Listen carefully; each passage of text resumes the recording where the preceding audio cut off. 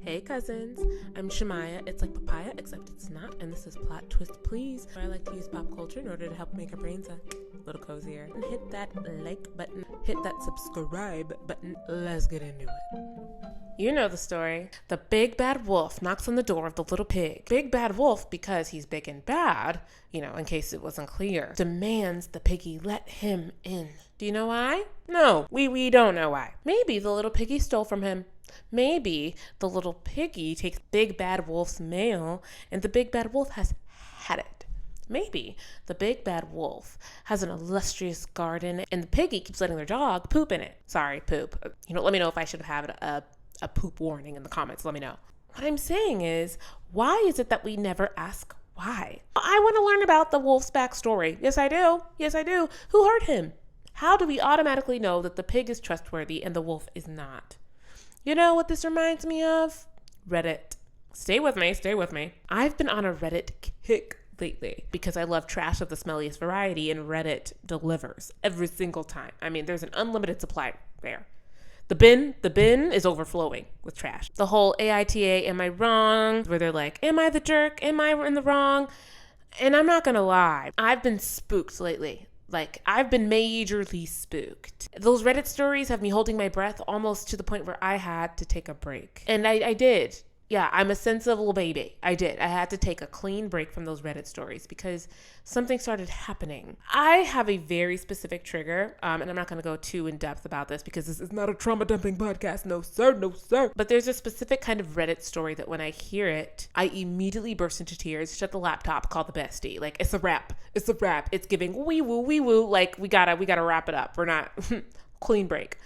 Cute little mentee bee. And then after that, I have myself a treat and an iced coffee. It's a good time. That aside, I have had to take a break from the, my husband is having an affair with my sister, or the, I caught my boyfriend with my best friend of 30 years kind of Reddit stories, because they started causing me to become pessimistic about people. And I know other people who have had a similar experience with Reddit stories and how they have affected them. I think we do this, as humans, as obvious as it may seem, because as people, many of us learn about the world through stories. We learn about who the bad guys are, who the good guys are, through stories, whose team we're supposed to be on, who we're supposed to sympathize or empathize with, who we're supposed to have sympathy for, through stories. And it's been like this since the beginning of time. When it comes to folklore, when it comes to, even biblical stories, when it comes to the stories we tell in the nursery to our toddlers. I don't have a toddler. Maybe you got a toddler. But they all tell us how we're supposed to view the world. In some way, they shape that. Which relates to what we are talking about today. Today, we are talking about trust. Particularly how the stories we tell ourselves impact how we trust people. To tackle this, I thought I'd take the liberty to dissect the ways in which people, specifically of the neurodivergent variety, yes, I see you, we see each other on this day, display distrust. Because I'm a self-proclaimed sociologist, I guess. I don't know. Maybe I'll get a master's degree in it one day. Maybe. Although these mainly apply to neurodivergent people and specifically autistic people, maybe you can relate to some of them too. The first way distrust manifests itself is clinginess. So last week we talked about masking, and if you want an in-depth description of masking, the nitty-gritty, check out last week's episode on YouTube as of now, not necessarily on Spotify and Apple Podcasts not today, later. Now, I'm not going to delve into it in depth now, but just so you know, masking is something that a neurodivergent person might do in order to appear as more sociable or likable in a situation where their intentions, tone, or character might otherwise be misunderstood. Now, some autistic people and otherwise neurodivergent people might be better at this than others. Question: who are the people in your life who you do not have to mask around? Is one of them your best friend, a close relative, maybe a sibling, someone who is of your same flavor of neurodivergent, the salt to your pepper, the paprika to your cumin, I don't know if there's a clinical term for this. Maybe there is. I don't know. But as I'm not a clinician, nor have I ever claimed to be, so it doesn't really matter, I'd like to call this kind of person a safe person. Wait, maybe that is in the autistic community, actually. I personally have a few good friends who I consider safe people. Meaning, again, they're people I do not feel the need to mask around, and me not masking around them doesn't contribute to the group dynamic in a negative way. I also think it makes sense to have people in your life who were safe people and no longer are when you assess the situation, as well as people who weren't safe people and now are at this point. And frankly, people will have their own rubrics for determining who is a safe person. But that's on you, babes. That's on you, honey pie. I'm not going to do your homework for you. No. But how do we determine when feeling safe around somebody turns into something that is not mutually beneficial? That's the point, right? That's the point of a relationship, is for it to be mutually beneficial to everyone involved. An exchange of value per se, right? I think there's a difference between having a safe person and being clingy. It can be so easy to find a safe person and be like, oh my gosh, you're the only person I can rely on. But that's also not healthy. And also, here's the problem. Here's the big problem. Every single person has a different definition of the word clingy. I'm sorry. Look, I'm sorry. It is not going to fit in your neat little lunchbox compartments. It is messy. I'm so sorry. It doesn't fit into every crevice, every wrinkle in your brain in an organized way. Every single person is going to be different. Now, some of us, I'm not going to point fingers, but some of us need to be reminded that common sense and personal preference are not the same thing. Nuh-uh. Common sense to you might just be a personal preference at the end of the day, because people come up with, are brought up with different cultural reference points, different habits, different community agreements, like non-explicit agreements, right? Different social scripts. You just do not know what, quote, common sense is when it comes to every single person, especially when it comes to relationship dynamics. And if I'm being honest, I think someone is only clingy if they feel stronger about the other person in the relationship than the other way around. Like, I feel like in most cases, that's the determining factor. If the feelings are mutual, it's not clingy behavior. If they aren't mutual, the person showing the most affection, the most intention, is perceived as clingy. 2, isolation. I'm about to tell you something about myself that most people, when I meet them for the first time, probably wouldn't believe. So brace yourself, buckle up, get in your car seat. Once upon a time, I was a loner. I know, shocking. I think most people would be surprised to know that I used to be a loner, or, that I used to dislike being around other people because, of the fact that I'm extremely social now, that I'm in an extremely social field. I'm an actor and an entertainer. And that completely contradicts to some people in their minds. That completely contradicts with what they have in their head, their vision, their imaging in their head of what an antisocial person is like. There was a point where I didn't want anything to do with people at all. Like, when I was younger, I was fully committed to my Trollbridge identity of never speaking to anyone, ever, for any reason. I was most at peace there, but my priorities since then have changed. And they do when, life be lifing like that. It just happens that way sometimes. And truly, if you're trolling along and that works for you, troll on. But I hope you're not trolling along because you're scared. I hope you are not seeking refuge underneath your troll bridge because you're afraid of relationships. To be fair, people, whether they are neurodivergent or not, are afraid. Sometimes it's due to lack of experience. Other times it's due to an abundance of it. I'm going to break it down for the homies in the back. If you've never been there, right? If you aren't used to experiencing social situations successfully, you probably over time will begin to think that it's impossible to experience them successfully. Now, what do I mean by a successful social experience, right? I mean a social experience that occurs without any awkward moments, social faux pas, interrupting someone's sentence mid-thought because you have to interject and you have to get this thought off your mind, using incorrect or inappropriate facial expressions, etc., etc. That, to me, is a successful social experience. And I think a lot of neurodivergent people would agree with me. 10 points for Gryffindor if you can get through a social experience without any of those. 3 strikes, you're out. And even if that's not the reality of the situation on paper, that's how a lot of autistic people in particular feel. And if you are used to social experiences that aren't successful, it's incredibly easy to take that trauma and be like, people, I could do without. it's fine. The thing about creating a habit of isolation is that it's easy to sink into creating a lifestyle where you don't have a community at all. And neurodivergent people need community, babes. Yes, we need our homies. Autistic people are more likely than non-autistic people to suffer from low self-esteem and to be in unsafe situations with other people because of their lack of community. We don't tend to have robust, supportive communities because of our lack of social skills, and that tends to put us in immense danger. Trigger warning, intimate partner violence is highly likely for an autistic person to experience. Abuse is highly likely for an autistic person to experience. And if you have community, people you can rely on to say, hey, is the way I'm being treated okay? Then odds are you're less likely to be caught in those situations. And another thing, I think a lot of people in Western society view community and individualism as if they are polar opposites constantly fighting against each other. However, I beg to differ, young squire. In order to show up for your community, you have to show up for yourself. And also as well, I realize now that showing up for yourself sometimes means asking for help from your community. Sometimes showing up for yourself as yourself means relying on the whole, the unit. Okay? Spooky. I know. Listen, people, I get it.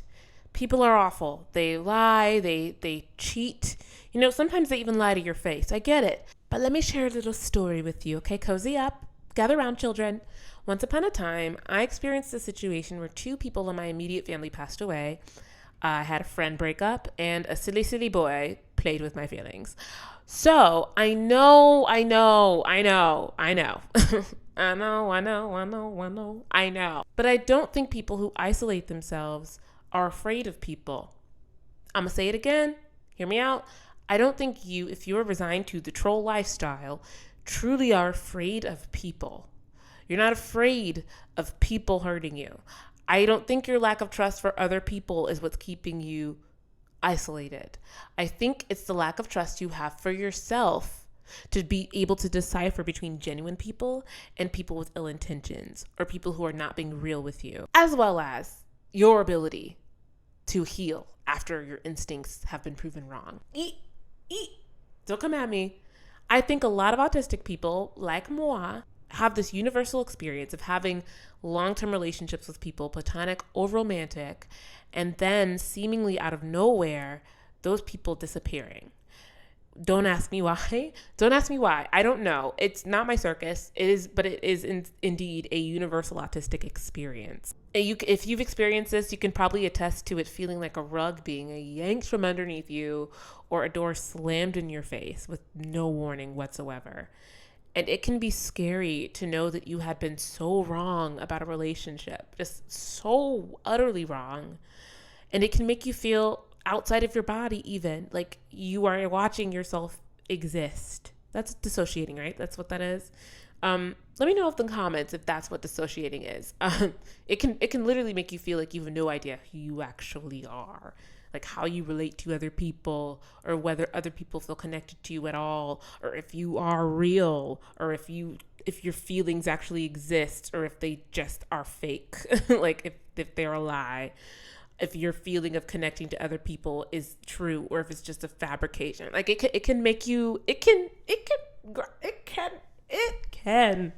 do a number on you. And if you are someone who lives in a small town or are in an educational environment where the pool is small, like the pool of people is small in terms of who you can choose to be in community with, like you can only fit so many kinds of produce in that grocery store. Maybe you don't meet other neurodivergent people because you're working with such a small pool. Maybe you can't meet people you actually can connect with. Low key, that's why I say that if you can't find your people, maybe the problem isn't you. Maybe the problem is your zip code. Chapter 3, Escapism.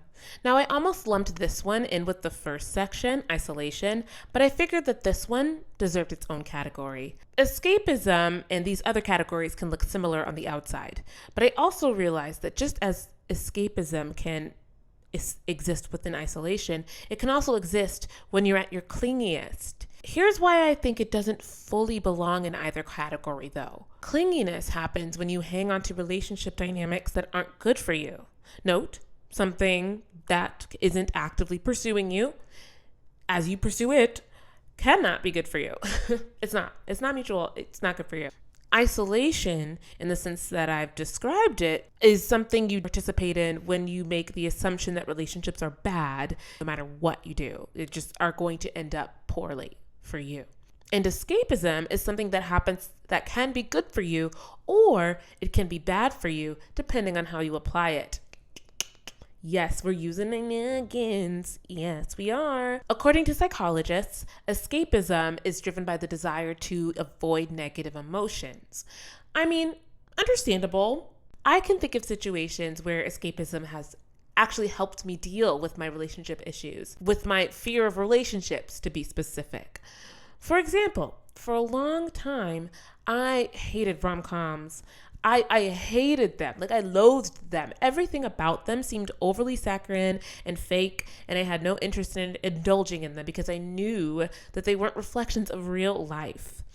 I was more into mysteries and dramas, the gut-wrenching stuff, the heavy stuff.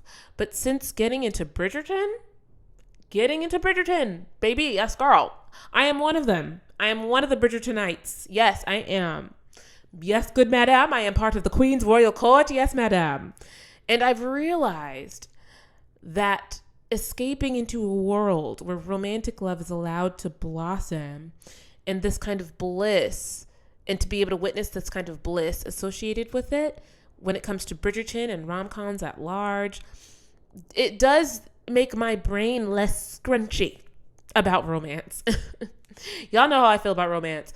But does that make sense? It makes me feel less anxious about the concept of relationships. And I wonder if it does that for other people too. I wonder. Let me know in the comments. In this case, pursuing escapism, shout out to Bridgerton, was helpful because it allowed me to have space to reconstruct my ideas of what relationships could be. Now, here's where it can take a negative turn. In my humble neurodivergent opinion, when you start using escapism as a substitute for dealing with your real problems and emotions and facing real life issues, we are in trouble. We're in trouble. And I think there are people who even use escapism in the romantic relationships. They know that the dynamic doesn't work. They know this isn't their person. They know that they are not getting treated the way that they deserve, but they are scared of being alone. Or worse, they are scared of dating again. It's horror out here. I'm not going to lie to you. It is not for the weak or the faint of heart. But when I look at couples as a single person, and this is me getting a little vulnerable here, again, as we do, and I start to feel, that familiar sinking feeling that you feel as a single person sometimes, the one. I keep going back to one thought. I would rather be a single person who people wonder, why on earth is she single? She's so great. Why on earth is she single? Than to be a person in a relationship where people are like, why on earth is she with him? I'd rather be flirty and free. I'm to be honest, but I would rather the former than the latter. But back to my main point, right? Using a relationship or using singleness or using antisocial habits as a way to escape the things that you need to work on and hear, that's a problem. Don't get me wrong. Every version of myself that I have grown into, I've grown into kicking and screaming. Every lesson I've learned, I've resisted. But maybe the scariest thing, maybe the thing that makes us shake at our core is actually the thing we need the most. That's all I have for you today. Like, share, and subscribe. Like this video, subscribe to this channel. Continue along. I'll see you next week. Be blessed. Stay weird. Bye.